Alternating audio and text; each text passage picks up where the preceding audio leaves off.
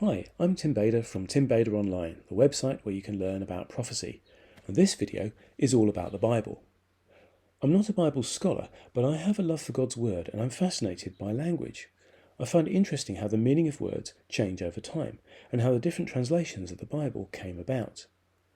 Many Christians say that the best kind of Bible translation is a word-for-word translation, such as the King James Version or the New American Standard Bible. Some of those people go as far as to say that the specific Bible they read is the best one and should be the only one the majority of Christians should read.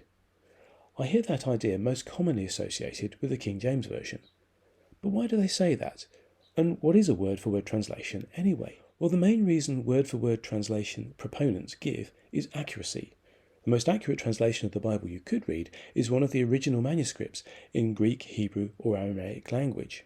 Of course, most of us don't have access to original manuscripts, and even if we did, we can't read ancient Greek or Hebrew. Therefore, the next best thing is where every single Greek or Hebrew word is translated into your own language.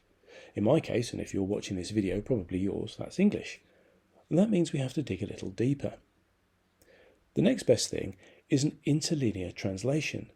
It's a literal translation where the Greek or Hebrew words of the original manuscript are printed with the appropriate English word shown alongside. Here's an example. Look at the centre three lines running through the middle. The one in the centre is the Greek text, the original text of the manuscript. The one above it is a transliteration, a letter-by-letter translation, so you can see how it would be written if it was written in English letters. Below them is the English translation of the words. There are several points of interest here. Sometimes one Greek word translates as multiple English words or a short phrase. That's because there's no direct equivalent in English for that Greek word. Translations have to make a choice as to what phrase most closely matches the meaning. But there's more. There are no commas, full stops, or other punctuation, no indication of where sentences start or end. That's a modern construct.